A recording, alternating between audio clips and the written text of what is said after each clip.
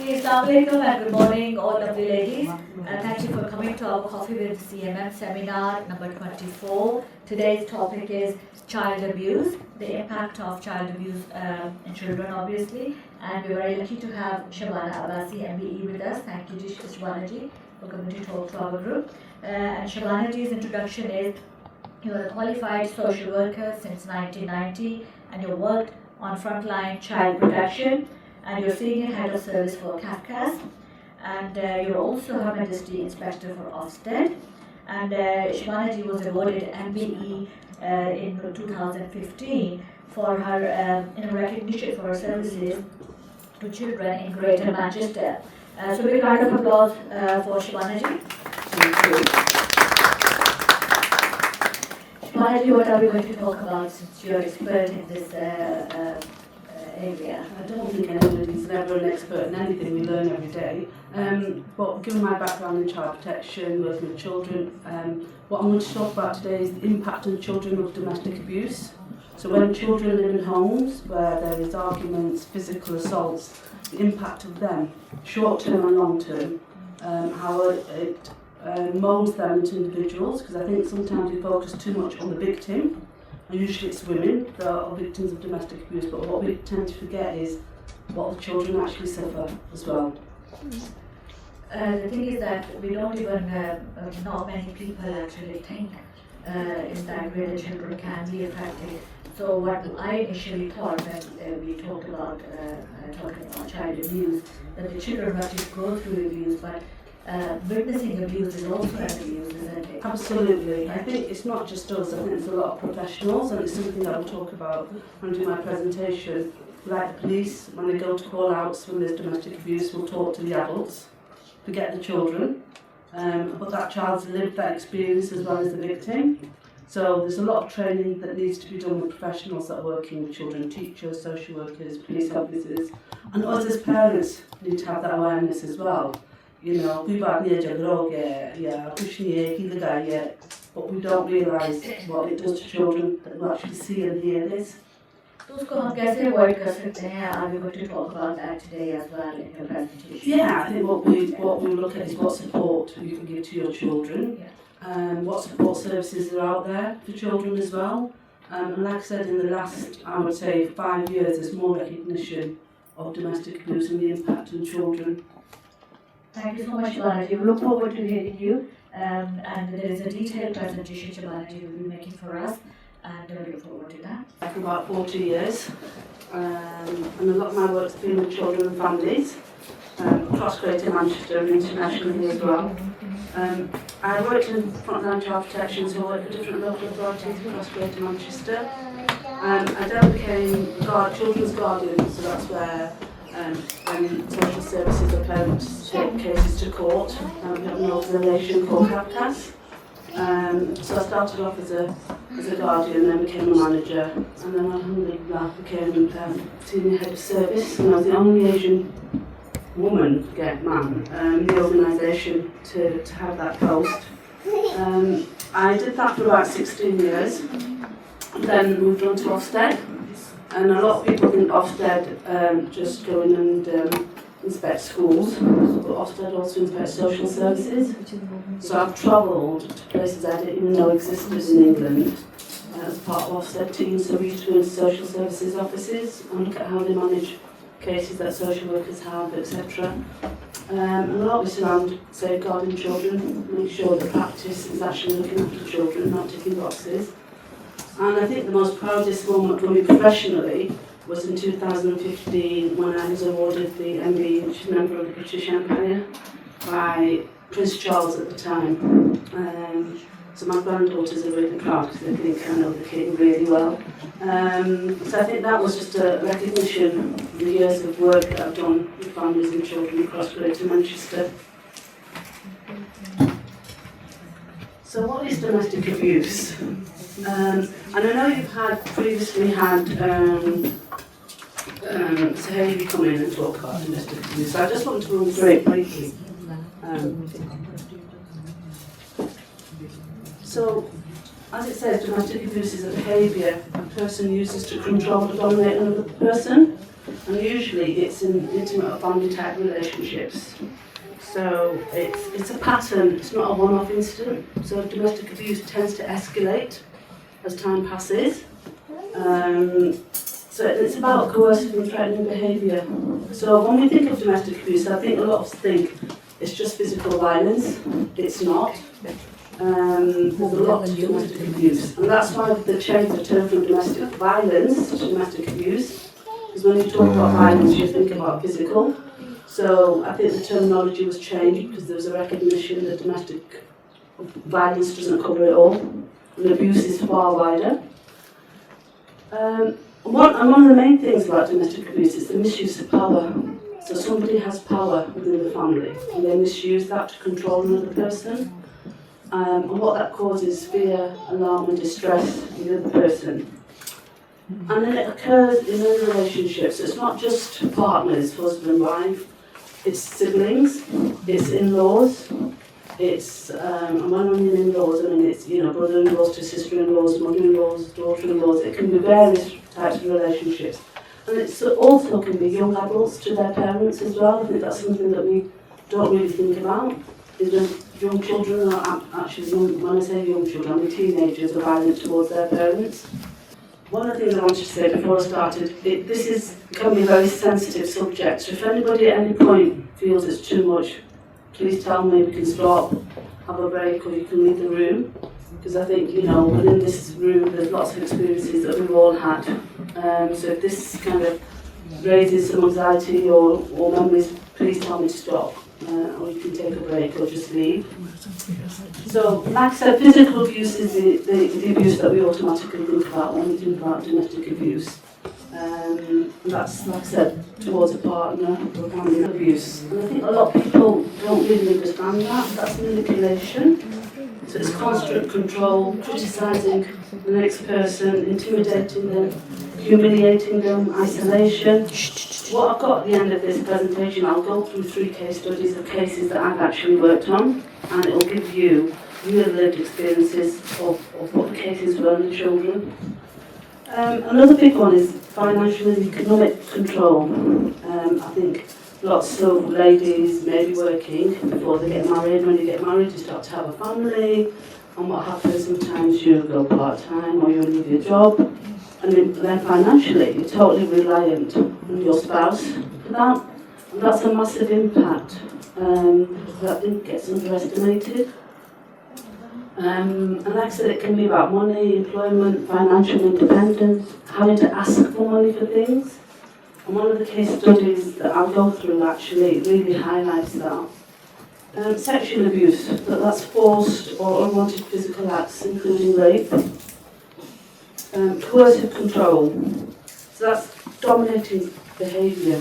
So, for example, controlling who they see, what they wear, who they go out with. So all of that is coercive control. So you don't realise it. So one of the things we need to understand is when you're working with victims of domestic abuse, they don't realise they're in a relationship that can be classed as domestic abuse, because for them it's the norm. And they become desensitised by their abuser, think actually this is normal, so there isn't any domestic abuse happening. And then I think one of the new ones is the digital and technology. So using technology to harass somebody, to stalk, to follow people around, send messages on various platforms. And my work more recently, you find a lot of ex-partners doing that. Facebook, all the lovely platforms that are out there. And I think that's where stalking then became an offence, because it hasn't been an offence for many, many years. And I think the number of stalking cases, high-profile cases, as well as deaths of women that resulted from stalking. So I think another key one to look at is digital and technical. So it's not just about bullying. As you say to children, be careful when you're on your phone, be careful when you play games, who you're meeting, etc. But this is another avenue that the people that perpetrate domestic abuse actually use as well. If there's any questions, please stop if you want to, because I know what my mind is. We will do the question in the end. Yeah, at the end. Okay. So what's the scale of the problem? So the Office for National Statistics has reported that last year, and this is across all ethnicities and religions, there's 2.3 million cases of domestic abuse in the United Kingdom. So that's covering Wales and Scotland as well. That's a huge number. 1.6 million of victims were females.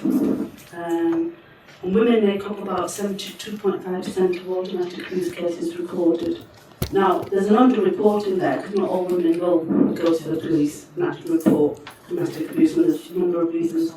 But I think we also need to remember that 30% of men as well that are in relationships where there's domestic abuse, and men will report less because of the stigma and the societal view that you're a man. How can a woman beat you up, or how can you suffer domestic abuse at the hands of a woman? So their underreporting is far more. And then when I was looking at some statistics, the South Asian women have a higher incidence of domestic abuse in their proportion to the general women in the population. For example, in 2023, 6% of British women reported abuse, and 3% of Asian women. But that 3% may come from a 10% population, whereas the 6% might come from a 25 or 50% population. So women are reporting more and more, which is good to see. Victims don't report abuse to police or other organisations, and that can be for a number of reasons: fear, intimidation, cultural reasons, or not having faith in the police, that the police will actually do anything. And the last UK-wide survey that was undertaken was about 15 years ago, and that was on child malnutrition. And what they found was, where the domestic violence was in the home, under 11, there was 12% of children were in households where there was domestic violence. From 11 to 17 years old, there was 14% of children that were living in homes where there was domestic abuse. And 18 to 24-year-olds, there was 23% of those young people living in households where there was domestic abuse. And the other way they've measured it is looking at adult psychiatry service, adults with mental health. And what they found, this was in 2014, that 0 to 5-year-old, 26% of children live with domestic abuse in their homes. And 16 to 15-year-olds, 25% of children live in homes with domestic abuse. So, like I said, domestic abuse is prevalent, it's there, and it comes in all shapes and forms, as I've just said. So, like I said, today we want to focus on what's the child's lived experiences of domestic abuse. So children who witness domestic abuse risk of both short and long-term impact on their physical and psychological well-being. And it depends on the age of the child as to how much impact it actually has on them. So whether they're young children, adolescents, they will all behave differently. And I think my work also has highlighted that even if you have 5 children in the same family, each one will be affected differently by what they see within the household, the impact of that. Some children are more resilient than other children take on a much more caring role, usually the eldest child. So the impact of domestic abuse on them is going to be very different from the younger child. So Domestic Abuse Act in 2021 actually recognised that children weren't witnesses of domestic abuse, they were actually victims. And that's the first time in British law that recognition was actually given, that actually they're not just witnessing domestic abuse, they're actually victims of domestic abuse. So what does the children's lived experience look like? So if you're living in a household where there's domestic abuse, there's fear, there's tension, there's unpredictability. You don't know what's going to happen when your dad gets home, how he's going to react to your mum or to you. So they're always very, very on edge. The other one is hearing violence and arguments. I think years ago when I started social work, domestic violence, as we used to call it then, was about the child actually seeing. And then we thought, yes, but children hear a lot. So you can say, well, actually, we only argue when they're in their bedrooms. No, but they can hear. And mashallah, today's kids have got ears everywhere. They pick up things very, very quickly. So it's not just about seeing domestic abuse, it's about hearing it. So if you hear your mum screaming downstairs, that's going to have an impact on you. You don't know what's happening. you see your mum being beaten up, that's going to have a bigger impact on you, because those memories, what you visually see doesn't go away. And that's the person that's brought them into this world, that's the person that's shown them love as well. So they don't know who to take sides with. And I think that's a real big impact on children that we underestimate. So yes, the divided loyalties and confusion about, well, mum and dad supposed to love each other, but why is this happening? Or actually, if you're living in extended families, and I've had experience of this as well, why is daddy and ma doing that to my mum? Or why is dad doing that? Or why is dad doing that to my mum? So children get very, very confused. So if you just think about the impact of that as the child's growing up, and when they form relationships, what that means for them. And that has once again long-term impacts on how children form relationships with their peers, with teachers, as they grow older, into their own relationships as young adults. And I think one of the biggest things that we forget in all of this is where there's domestic abuse within the homes, children don't get the care and support they need from their parents or caregivers, because the house or the mum is so occupied with trying to please dad all the time so he doesn't get angry, or she's so worried about getting the house right that you forget that your child needs you as well. And that's the biggest impact, is where children don't get the level of care. And that's why in many cases when I was a social worker, because there's domestic violence or abuse in the house, there's neglect. The children were being neglected. The mother was so preoccupied with her own anxiety, with her own trying to please the partner, that she forgot she had children that needed her as well. So just looking at the impact on children, so if you look at number 5, the short-term impact. So you get bedwetting. Some children start to wet the bed because they become anxious. Increased sensitivity and crying. A lot of children repress and cry a lot because that's the only way they can get mum's attention, or just the atmosphere in their house makes them scared. Difficulty sleeping or falling asleep.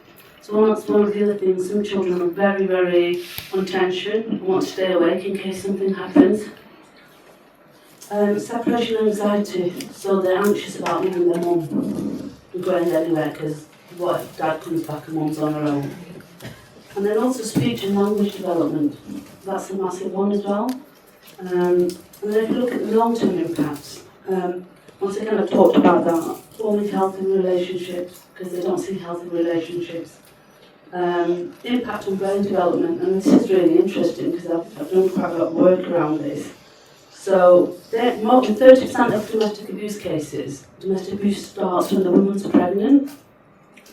And you know, we always say mum needs to rest, no anxiety, eat well, sleep well. If a mother's going through domestic abuse, she's not going to do any of that. And then that impacts on the baby and how it grows within the womb. So what they were saying is that domestic abuse directly influences the baby's development. So you might get more premature babies, because once again, mum's not looking after her health. Low birth rates. And the exposure of domestic abuse in the first 2 years life of a child is very, very harmful, because that's when the brain's forming. That's when the child's learning about forming relationships. And there's 2 parts of the brain, and I can't say the first word. It's called amygdala, and that's the side of your brain that prepares you to fight or flight. So it develops how you respond to things. And when there's domestic abuse, that grows, because all the child is exposed to is either I fight or I run away. And the other one, the hippocampus, is that regulation of emotions. So that regulates how you form relationships, how you behave in difficult situations. That actually begins to shrink. So there's an impact on the actual brain, how it develops, and how it then impacts on the child's life as it goes forward. Children, like I said before, think it's normal. They normalise the abuse and violence as they get older. And one of the things is, our parents are supposed to be role models for us. It's been learned from our parents. I mean, my granddaughter who's 7 now, when I see her, I can see what my daughter was like. And I can see, I think we've all been there where we say, when I get my kids, I'm not going to say these words to my kids that my mum said. But what do? You sound like your mum sometimes, don't you? And that's what role modelling is. We take in how our parents behave, what they say, how they react to situations. Now, school children, and I'm including teenagers in this, there's different risks as the kids get older. So the short-term risk is they lose interest in things, any activities they don't want to do. They get lower grades in school. So what you find is there's more absence from school, whether they don't come in from home or whether they come in and bunk off school. Feeling guilty or blame themselves for being responsible. And one of the things that we found is, this particularly in young men, where the mother is the victim of abuse, they feel that they should be able to look after her and protect her, but they can't. So there's a lot of guilt around that. Getting into trouble more often. So what you find is some of these children actually become bullies at school, because that's all they've seen at home, that's the way they think they need to control their lives. Or they start fighting with members of the family as well. So their view is, if I'm aggressive, then I can control, otherwise somebody's going to be aggressive to me. And the long-term impacts, and I think this is, when you read it, it's quite depressing actually. And I'll give you some statistics. Anxiety and depression. See, a lot of young people, you know, we look at children at 14, 15 committing suicide and we think, how can they do that? What's happened? But if you trace back, there's a lot of domestic abuse there. Self-harm and eating disorders. Repeating violent behaviour, using alcohol and drugs as a coping mechanism, because that's an escape for them. Entering into criminality, so a lot of young, especially young boys, get into the criminal justice system, and running away. So if I give you some statistics, there's a survey done. So children with mental health, so if you come from a family or a home where there's domestic abuse, you're 20% more likely to get psychological disorders. 40% more likely to suffer from depression, 40% more likely to get schizophrenia, 50% of children are more likely to suffer anxiety, and 60% self-harm. And they also looked at young people in gangs. So 42% of young people in gangs have come from a home where there's been domestic abuse. So just that gives you an idea of the impact of domestic abuse on children, and how we underestimate it, I think, as a society, and particularly, I think, coming from a cultural perspective as well. When I was a social worker, going to homes and, you know, I would get, that kind of attitude, actually you don't realise how it has impacted on you. So normalising that behaviour or saying, actually, it's okay. A few times, doesn't make any difference to me, but if you start unpacking it, it has actually made a difference to you as a person. It's a long read, but if you're interested in this topic, it's worth just going to the summary of it. You can find it on, if you put in Domestic Abuse Commissioner, the report will come up, but it's a very, very interesting reading. So stronger attachments to safe caregiver. So it could be somebody else in the extended family that they have a stronger relationship. Once again, it's about you with that person recognising the impact of the domestic abuse and giving the child that safety network that they actually need. I've seen children that have lived in horrendous domestic abuse situations but become very resilient because they've found an adult that gives them the confidence, that's shown them they can protect them. So that makes a difference to some parts of their lives, not all of it. So supportive relationships like teachers, social workers, mentors. One of the things that was highlighted, because what they did as part of this policy paper, they actually spoke to children that lived with domestic abuse. And a lot of them said, teachers, especially teachers, because a lot of children spend a lot of time in school than they do at home, need more training in recognising domestic abuse, but also the confidence of how do you deal with a child that is living in a home with domestic abuse, because it's a very difficult subject. It's a very personal subject to that family. So as teachers, I think a lot of them shy away or haven't got the skills to deal with it. Early intervention and trauma-informed care. When we talk about early intervention, if you go back to what I said about domestic abuse, a lot of it starting when women are pregnant. So midwives, health visitors, GPs, they all have a big role to play in that. But sadly, when we look at some of the serious case reviews, that's where, or domestic homicide reviews, that's where a woman's been killed by her partner. There's been missed opportunities. The health visitors haven't picked up around issues around domestic abuse. Midwives haven't picked it up. The early intervention is about, and once again, it's about training, giving confidence to those professionals and practitioners. And a lot of the time, we focus on the adult victim, and this is where it's now changing. It's not just the adult victim, those children in that house are also victims of domestic abuse. Multi-agency working, so the police, health, CAFCAS. Any child death that you look at, sadly from 20 years ago to the latest one a few years ago, one of the biggest things to talk about is lack of information sharing between the agencies. You can work as a solo agency gathering information, but you need to share that. It's like a jigsaw puzzle. Each agency will have a piece of that jigsaw, but you need to share the information to put it together to get a real understanding of families. Like I said, better training for professionals, understanding the impact and signs of domestic abuse on children, information sharing. One of the statistics that I looked at, social workers across England, Wales, Scotland, 85% of their cases have elements of domestic abuse in them. So domestic abuse is considered in family court. So you have private law proceedings. That's where a parent split up. One of them wants the child, see the child, and mum saying no, dad saying he wants. They're called private law because you take the case to court. So CAS gets involved in that, and they do their reports. And the other one is public law proceedings where social services actually become involved. So it usually involves the removal of children from home.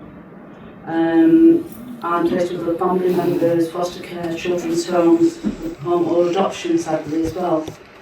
So Section 7 and Section 37 reports are carried out to assess the risks to children and adult victims, and it's about protecting the child. Is contact with father the right thing for the child?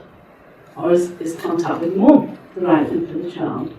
Or in an extended family, because you have lots of grandparents making applications, so you haven't seen our grandchildren for 6 months. But if you've been involved in that domestic abuse, you're not deemed as a safe person for the child to have contact with. I think one of the key things around CAFCAS is, and how we work there, the voice of the child is key. So no matter what age the child is, you can always assess where the child's relationships are and what the child actually wants. So I just want to have a little break there. I want to go through some case studies with you. I think that will actually highlight the finance. He then started saying she wasn't a good mum. So that was another vehicle of attack that he used. And he was really controlling. So what he would do is, he would track her phone. They shared a car, so whenever she took the car, he'd note the mileage before she took it. And he'd note the mileage after her journey, to see where she'd been, how many miles she'd been. Now you wouldn't think of people doing, but that's the extreme some perpetrators go to. He'd only let her use his bank card to buy things, so he knew what she was buying and how much it cost. So she was financially totally reliant on him. He isolated her from her parents because he said, "Mum comes around too often, she interferes." Now this was their first grandchild, so obviously as grandparents she wants to spend as much time. So he isolated, and she began to believe everything he was saying. So she stopped going to her mum and dad's. Because yeah, you're right, you know, my mum does interfere a lot. So they make you change your view of things as well, control and manipulation. So over the years, she lost her self-confidence. She was a very confident young girl. Her self-esteem became really, really low. And she was financially and emotionally reliant on him. So she was forever trying to do things that would make him happy. So make him his favourite food, make sure the house was totally clean, to the point that she exhausted herself and didn't give the child as much time. Because she was fearful that if she didn't do the things he wanted, it'd be the verbal abuse, the physical abuse. So it started as verbal, and then it escalated to physical abuse. So there was the one incident, and her parents actually knew what was going on, but kept saying to her, it's all right, stay. Then my dad did bigger, so like that. You know, we've all heard it when I help in our lives. But what they don't see is what actually happens behind those closed doors and the impact of that. And I think as mothers, I think we need to be really, really aware of that. When we have, you know, I don't know how many you've got daughters or going forward, you need to give your daughters the confidence to say, no man has the right to touch you in an aggressive way. And I think, and I'm hoping as a community, we move away from what will our community say, what will our family say, because I think through my social work and personal life, I've seen too many sacrifices of young girls' lives. So at that point, the police wanted to proceed with prosecution because they had enough. And as you know, the police can do it even if you as a victim don't want to press charges. She actually was given a domestic violence support worker. The council got involved and moved her away from the area so she got her own place to live. She didn't press charges and she didn't want the father of her child to be in prison or to have a criminal record. So she didn't go ahead with that. And then about 6-7 months later, after all of this had happened, she said to Mum one day, we had a monster in our house and it looked like Daddy. So in her head, that's how she saw her father. Now she was only 3, but she heard everything. There was an incident when she actually saw her dad strangling her mum. So she now has become really demanding of her mum. She wants her mum to do everything she says. Now a lot of children do that, but if you look at it in the context of what she's seen, is she now trying to model that behaviour that her dad had? Okay. And the interesting thing is in school, she's very dominant of the other children. She wants them to do what she wants. She wants them to play the games that she wants to play. So the school have actually referred to her for some like play therapy, etc. So just by that case study, I think you can see some of the impacts that I've talked about in terms of the child. And she's only, like I said, she's only 5. You wouldn't think that the impact of domestic abuse on the child is now playing out through how she's behaving towards her mum and relationships with her peers at school. Can I please ask one question at this stage? Yes. This man is in the whole scenario, this man is the one who is at fault. Yes. What was being done about him? First of all, it was hidden, so she didn't tell her mum, her dad. No, I mean that he The needed police. some kind of police or No, some kind all of. she did was she got an injunction against him that he couldn't come anywhere near her mum's house because that's where she initially moved to when she left the home. When she moved, she didn't know where she was living, so she was moved to an area that he wasn't aware of. The police wanted to press charges. A lot of it was he said, she said. The only point they believed her is, and this is how sad it was, she started to record their arguments. So she put her phone on as soon as she knew, because she knew what the triggers were, that this was going to escalate. But then she refused to press charges. He could have gone to prison. Yes, but even that's not the solution, isn't No. it? This man will remain like that. Absolutely. And what was being done to Nothing. rectify this? What I mean is, that's his personality. That needs to be changed.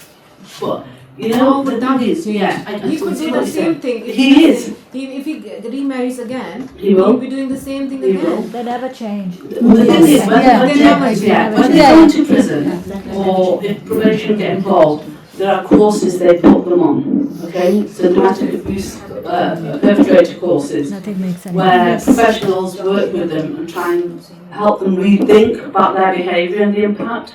But that's only when you've been convicted of assault or domestic abuse, or you're in prison. This man doesn't think there's anything wrong with him. Why would he? This was all the woman's fault, because she wasn't a good wife, she wasn't a good mother. He gave her everything. So basically, he believed whatever he was saying to her. Oh yeah, 100%. They're narcissists. That's what they are. They will never change. Their rhetoric is reality for them. Even if you give them evidence they will spin it and say, no, that's not how you see it. This is what actually happened. Yeah. And with her, Gaslighting. she was such a professional woman, and to see her, the way he manipulated and broke her down, because you lose your confidence and you begin to believe everything they tell you, because there's no balance and check. They isolate you. So they isolate you from your friendship groups, from your family, so then you become reliant on them in many ways, physically, emotionally, financially. So they use all. So you're absolutely right. He will carry on being the way he is, no doubt. In his next Could it be relationship, that something may have happened in his absolutely, childhood or in his absolutely, may life that have. he had become like that? Yes, and that's what I'm saying about the impact of domestic abuse on children. This little girl now is so demanding of her mum. I know children are, but when I see her as a social worker, because you never take your hat off, I know this isn't normal behaviour for her, because she is now trying to control her mum, because that's what she saw happening. So that's why I say we should never underestimate the impact of domestic abuse on children. It has long-term effects. So yeah, absolutely. He has done absolutely nothing wrong. His family have said he's done nothing wrong, and now he's trying to prove to the courts that he should be having contact with his daughter. In relation to what the lady said, that he could go away and repeat that behaviour with somebody else. Yeah. But there is something called Clare's law. I don't know if that's Yeah, something that you want to. Yeah, I mean, what that basically means is where the police have got information on somebody that's been a perpetrator of domestic abuse, as a woman, if you go into another relationship and you feel that actually there might not be something totally right, you can actually apply for Clare's law, and they will give you all the information about any previous police convictions, call-outs to domestic abuse, etc. But that's only in cases where it's been reported and the police have actually got involved. Like I said, a lot of women won't report it, sadly. Many even now. Even though she didn't press charges, will he still have a record? He has got a record, absolutely. Yeah, it's on his police record that he was alleged to be a perpetrator of domestic abuse. So, like I said, it's a case that I've lived with. I don't think I'll ever forget it. Someone came over from Pakistan. She had no family here. Didn't speak a word of English. Came from a poor family background. She lived with her in-laws when they got married. And all these cases are within the Northwest. Mum never left the house. So when the rest of the family, this is the in-laws, mother-in-law, they'd lock her inside, they'd lock the door from the front. She never owned a purse. She didn't know what money looked like. So all of this came to light when we started doing our investigation. So basically she'd never ever left the house. She was married quite young, had her children quite quickly. So she had a son who was 16, and then she had two daughters, 14, 13, and these were the twin girls. They were 12. So there'd always been domestic abuse from mother-in-law to the daughter-in-law, sadly, father-in-law to the daughter-in-law, husband. But it increased when the twins were born, because Dad didn't want more girls, and she had not one but two. And there was very limited access by the health service. Health visitors couldn't get into the house. How many times did you try? But this case was about 6 years ago, 7 years ago, just before I left work. So there wasn't the urgency that there is now sometimes. So what happened is, the health visitor came to the house once for, I think it was a 3-year check, and Mum and Dad said, oh, we went to Pakistan and we left the girls family members who didn't have any children, and that was the end of it. So they accepted that. The incidents of domestic abuse continued within the house. So one day the police were called. Before police arrived, Dad left it, ran away from the house. Police arrived, Mum had injuries, and they started to look in the house for him. And they heard noises in the loft, so they thought he might be in the loft. Went up into the loft and they found the two 12-year-old girls.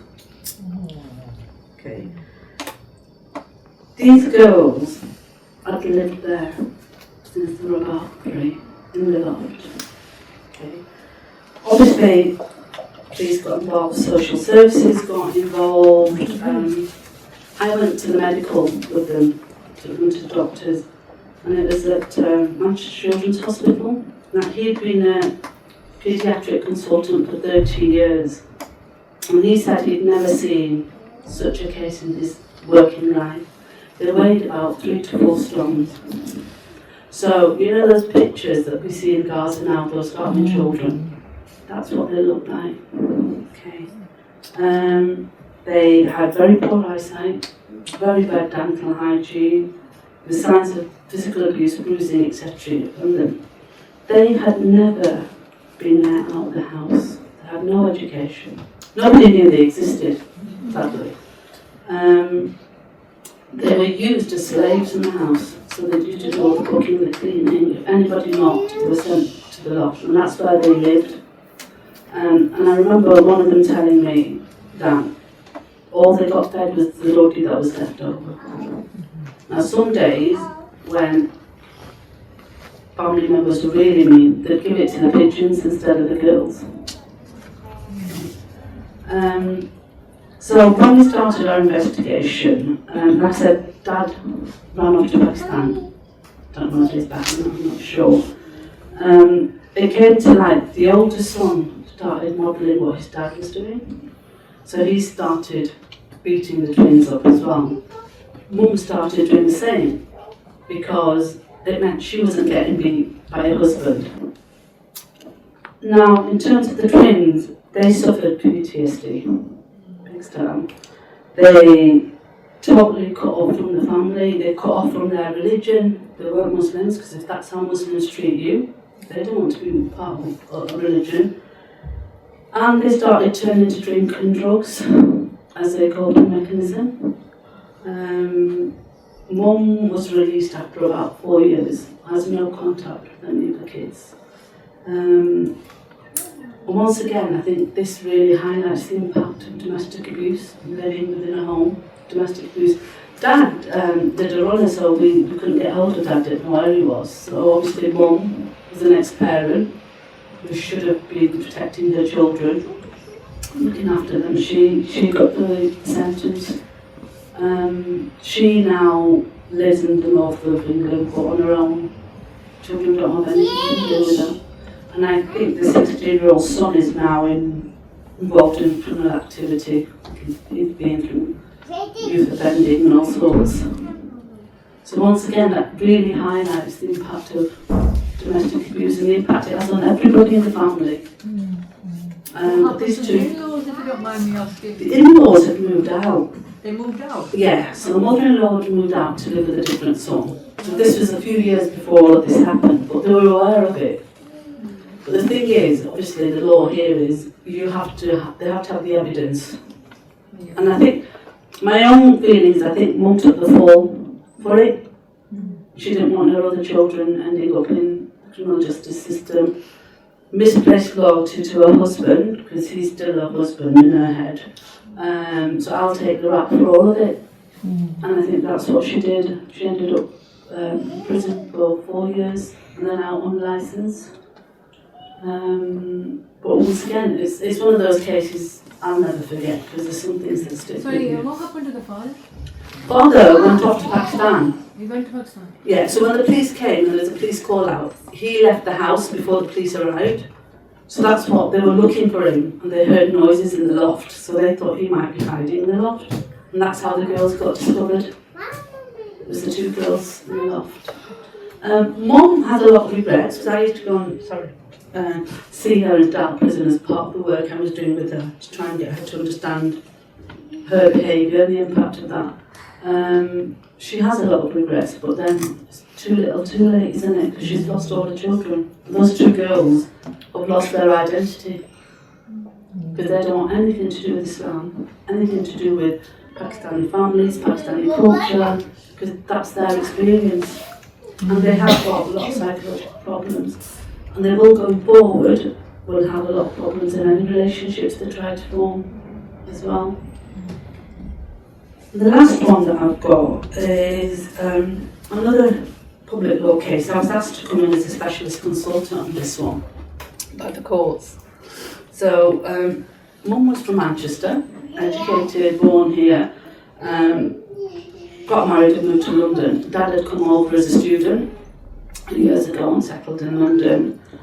She got married, I think, when she was about 20, so quite young, and had 2 children very, very quickly. So when I got involved with a 4-year-old boy, 2-year-old little girl, Dad began to gamble, and the gambling kind of spiralled out of control, which then started leading to domestic abuse, because Mum started asking for money, she wasn't working, she was a housewife, looking after her children, and that's when the argument started. Verbal, financial control. She had no family in London, possibly see them, and he actually beat her up really badly once, so the police got involved, and he was remanded into custody because they were going to take charges against him. And while he was in custody, Mum sadly died of heart failure. So there was a lot of discussion and debate as to whether the years of abuse had led or contributed to the heart failure, and they couldn't say for sure. So he actually didn't get prosecuted for anything. The children were taken into care and placed with white foster carers. I got involved, and we agreed to move them to Manchester to be with their maternal family, nana, nanny, khalas, all that kind of stuff. They moved to one khala's house, but then the khalas started fighting with each other. And that was more to do with who's getting the money for the kids, sadly, not what these children need. And they were very, very negative about Dad, and say all sorts of things. So social services moved them and put them with white foster carers. Okay. These foster carers don't have an understanding of Muslim children, what their dietary needs were, anything like that. And the 4-year-old stopped talking. He just became selective and mute. He just wouldn't talk at all to anybody. Wouldn't say anything. Started bedwetting. And foster carers would say the 2-year-old, as soon as she heard a tiny noise, would jump up and get really, really scared. He would never leave her alone. Her brother was always by her side. Okay. Their decision was to split the children up for adoption. And I opposed that. I said, no, you can't do that. They need each other, because that's another loss. Because they've lost 2 parents, basically, because Dad wasn't allowed to have anything to do with the kids. I started doing some work with a 4-year-old, and he started drawing pictures. And he'd draw pictures of Dad hitting Mum, of blood, broken things in the house. He wouldn't speak, but it was a start in terms of he was trying to express and show what he'd experienced. Dad then said that his parents were in Pakistan. They were quite young, I think they were quite young, they were in their 50s. So the courts asked me to go to Pakistan. I remember that. I've done loads of cases in Pakistan. So I went and did an assessment of them. And I convinced the courts to let them come to England. They were reassessed here by myself and a white social worker, because obviously they were thinking, well, she's Pakistani, is she going to side with them, all that kind of stuff. And there's no contact with Dad, no contact with maternal family at all. Lots of assessments from the police grandparents agreed to let the parents become special guardians of the children. So the children then moved to live with their grandparents. We did a lot of introduction work to slowly introduce the grandparents to the children. And mashallah, they're doing really, really well. Really well. Dad still has no contact, he's not allowed any. But once again, I think I've illustrated the impact of domestic abuse on children, how children regress. You know, he stopped talking. And I think for those children it's a massive loss, because they lost their Mum and Dad. So I'm just hoping that through these case studies I've tried to illustrate to you what the impact of domestic abuse is on children, and how important it is not to say, you know, we argue but the children are upstairs, they're here, they see, they feel, all those kinds of things. So I just want to do just a quick roundup. Is this not working now? I'll just speak to it. So the key messages from me is domestic abuse is child abuse. And children are now seen as victims, not witnesses, and I think that's a massive move and understood. So the children that were interviewed as part of the Domestic Abuse Commissioner's work they've done, they said they wanted to be believed, so when they shared their experiences, they didn't want adults to say, you don't know what you're talking about, or are you sure this really happened? And there's a misconception that children can't give their views. They can. It's how you engage with children, and you know, from a 3-year-old to a 17-year-old, if you know how to work with children, you can get their views. And one of the other things the children said is when police used to come to the house, they never spoke to the children. They only spoke to the adults. So once again, it's about professionals not realising the impact. And the children, and some of the things that their feelings they expressed is the pet lost, alone, sad, worried, angry. A lot of them had a lot of anger because their childhood was taken away as they saw it. Multi-agency working is critical. Not one agency can do it on their own, but they need to share the information. Now, I don't know, I'm sure you're all aware of the case of Sarah, the young girl. Yeah. If you look at that, there's multi-agency bailing. It started off as a domestic abuse case. Mum alleged domestic abuse against Dad. I think she was Polish or something. So the courts gave her to Mum. Then Dad started saying Mum's not looking after her, all that kind of stuff. The courts then made a decision to give her to Dad. They then took her out of school instead of homeschooling. Nobody followed it through. And, well, sadly, she lost her life. And one of the biggest criticism is, one, by the courts, how did they make the decision to take her off her mum and give her to her dad? And the other about education, nobody followed it up. Nobody went to see this child to make sure she was okay. The other thing is, the effects of domestic abuse in childhood has a lifelong impact. Education, employment, friendships. And domestic abuse leaves profound emotional scars. And those are the scars that we can't see. You can see the physical scars, emotional scars are far deeper. So there's lots of resources and support. So you've got the NSPCC, Women's Aid, Childline. If you go on to Google, you'll find them all. There's a lot of local, national services, as well as local domestic abuse teams that can support children and families. And that's it from me. Thank you very much. Do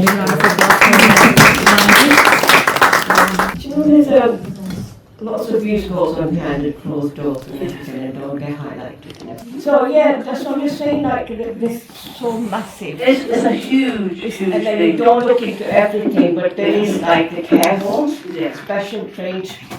I think training needs everything. Yeah. As parents, we need I it. think parents need training as well to Teachers help, need yes, it. exactly. Police, health visitors, all of us. And I think, many of you seen that picture of the iceberg where you just see the little tip at the top and the rest is under the sea. This is what child abuse is like. Yes. And one of the things when I was a social worker, and I would always say to all the professionals and parents, is, what we do is we blame the child, so that is a bad child.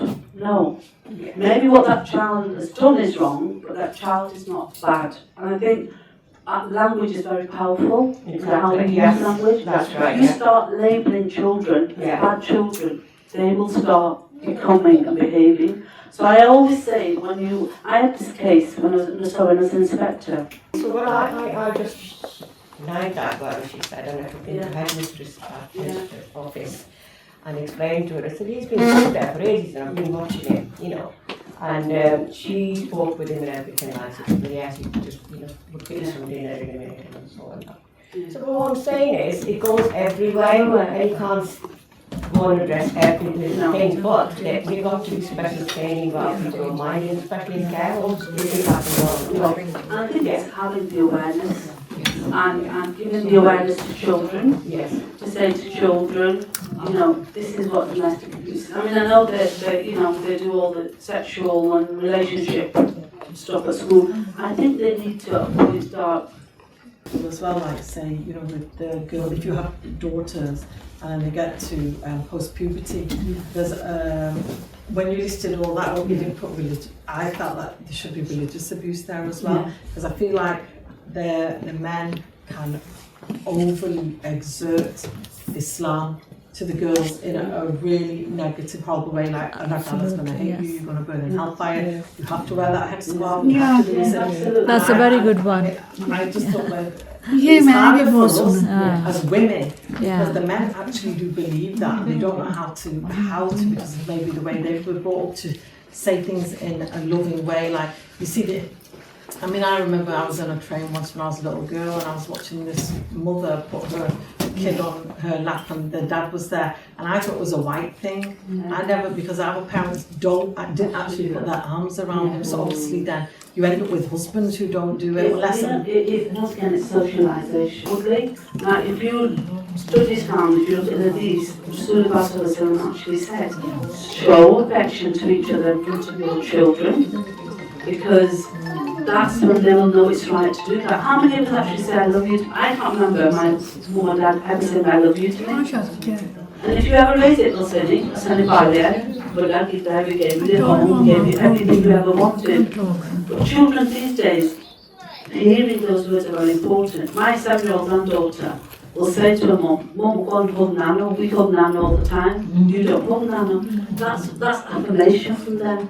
And you're right, absolutely right. Religion, I think, is any religion over the years has always been interpreted by men.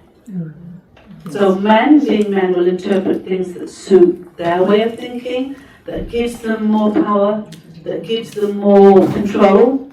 And that's why I'm pleased there's a lot of young women now going back and studying Islam, and actually studying, because unless you study it, it's very hard to challenge. And religion is the hardest thing to challenge in anybody. And I know a lot of social workers, when they work with families that are Muslim or Hindu or Sikh, find it really difficult to challenge something, because they'll say, oh, my religion tells me to do this. Because you can't challenge it, then the daughters grow up. The daughters grow up and they feel not just about Islam, but even if they do study it, like the men in the house, because the boys get away with it. They can wear the shorts and and work out at the gym and do all sorts. So you can't go to a gym, and men there, and then they basically go and fall into the arms of some guy who says I love you to them, and then they get abused there. And the mothers can't break away, because you'd have to actually literally go and get a pulla and then seek another man, and they obviously they're not going to do that like the gore. They can just leave the man, it doesn't matter. It's like there's a lot of, I feel like for us as women, you would have to, it's not even about pleasing your parents or this, it's pleasing Allah, and you wouldn't, you'd have to get a pulla, then you'd have, I think that's why I was actually, heights that I couldn't. But I had my mum and dad supporting me, and I had confidence in myself, because that's what my father instilled in me. Be confident, and I didn't need a man. I was financially competent. Emotionally, I was strong. Physically, I did a lot of things around the house. So it's about making your daughters strong. Even if you're caught in a relationship where you can't break that cycle, as mothers, and I think also educate your sons as well. It's not just about educate the sons, but particularly for your daughters, give them the confidence. Be with them. I said to my children, you can achieve whatever you want. That's all they need. They need that confidence. They need that one person that believes in them. And it is hard. I think a lot of women don't have family support, they don't have financial support. Absolutely. They've got like 3-4 children. Yeah. And that sadly is the circle that they're in. But then again, as a community, we need to support each other. I think the sad thing when I was working as a social worker, and there was a different topic altogether about the number of children that are in foster care, and Muslim foster carers, and children that are being adopted out, Muslim children being adopted into white families. That's a whole other topic that we talk about forever. But I think we as a community don't stick up for each other. I think we like to talk a lot about each other. But when it comes to we like the masha. We like hearing about people. But step up and support that young mum or that young girl. I have found out girls who were wanting to run away from home. I brought them to my house. This is my kids who were in their teens. I'd sent my son away for a few days to his friends, because I didn't want an unknown in that.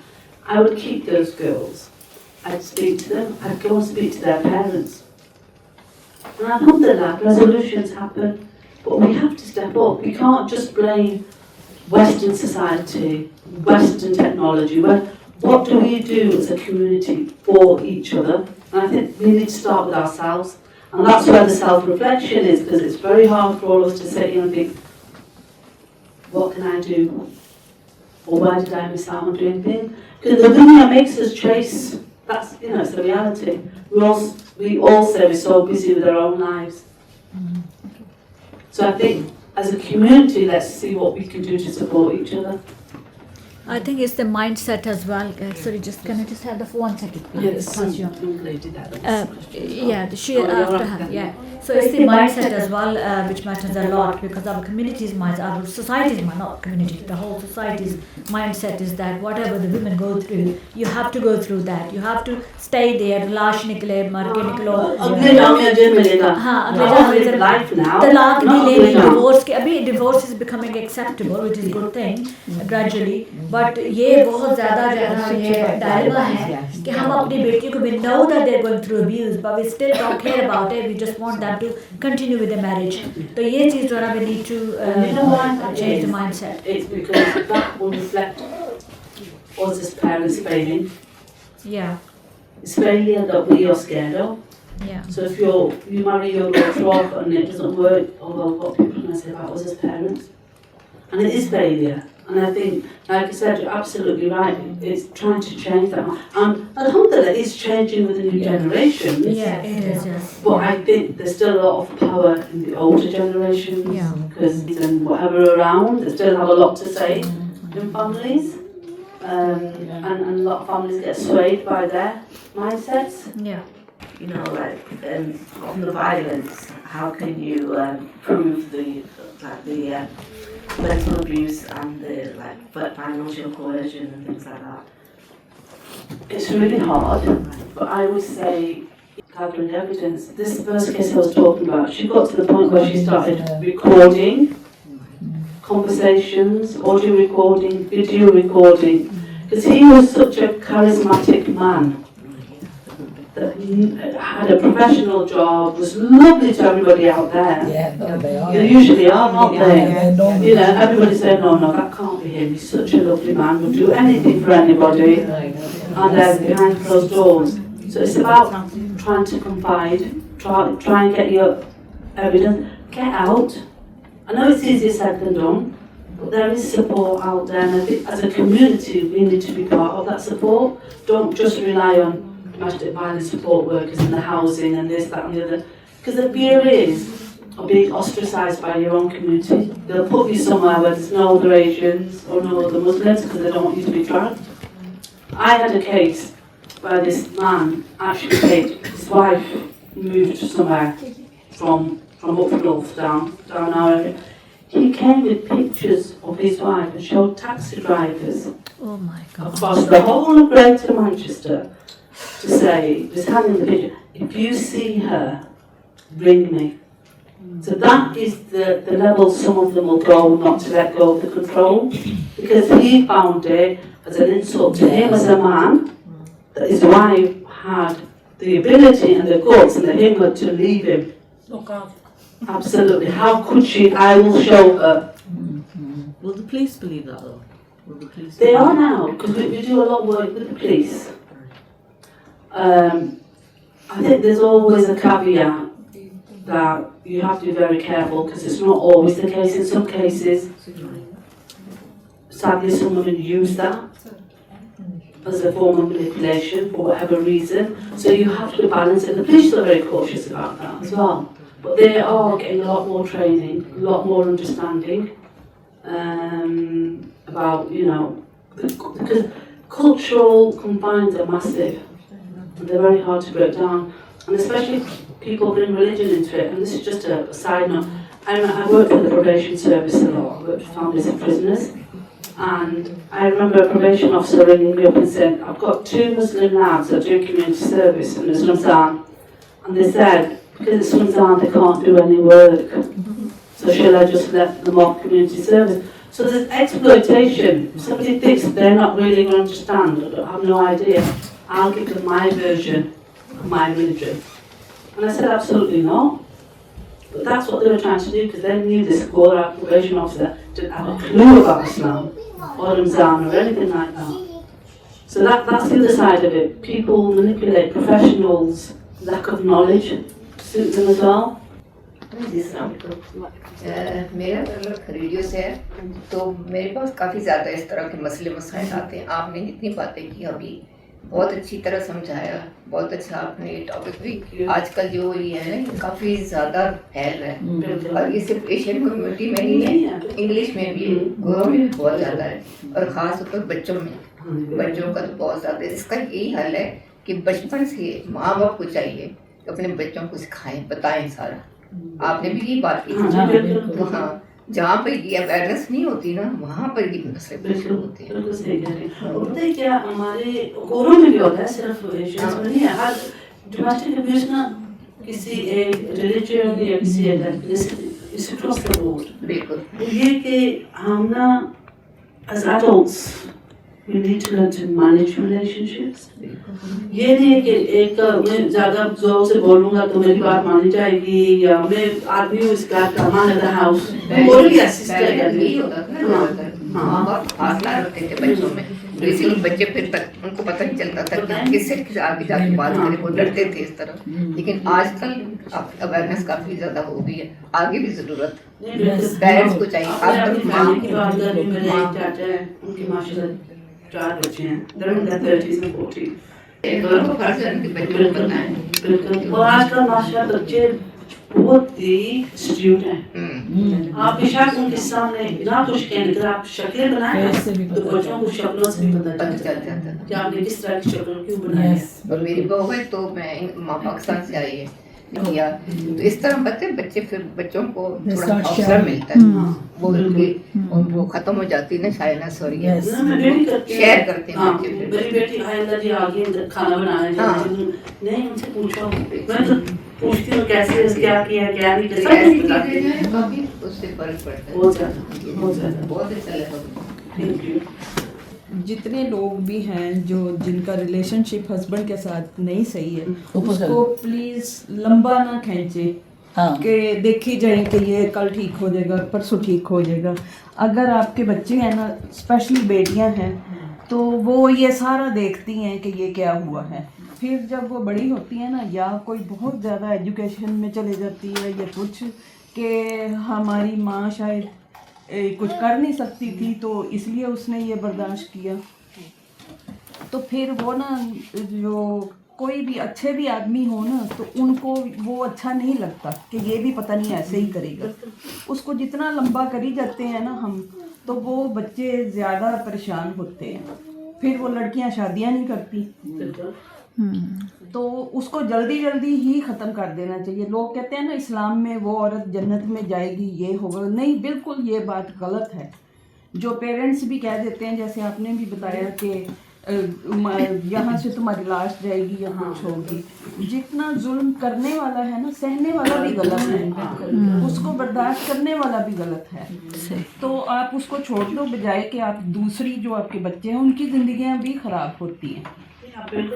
तो मेरा message यही है, जिनके भी relationship ख़राब है, 1-2 दफ़ा देख लिया बस ठीक है. उसके बाद जो आदमी आपकी कदर नहीं करता, आपकी इज्जत नहीं करता, वो ठीक कभी नहीं हो सकता. कोई नशा कर रहा है या कोई शराब पीता है या कुछ, वो तो फिर भी कभी ना कभी छोड़ देगा. जो आपकी रिस्पेक्ट नहीं ना करता, वो कभी भी नहीं ठीक होगा.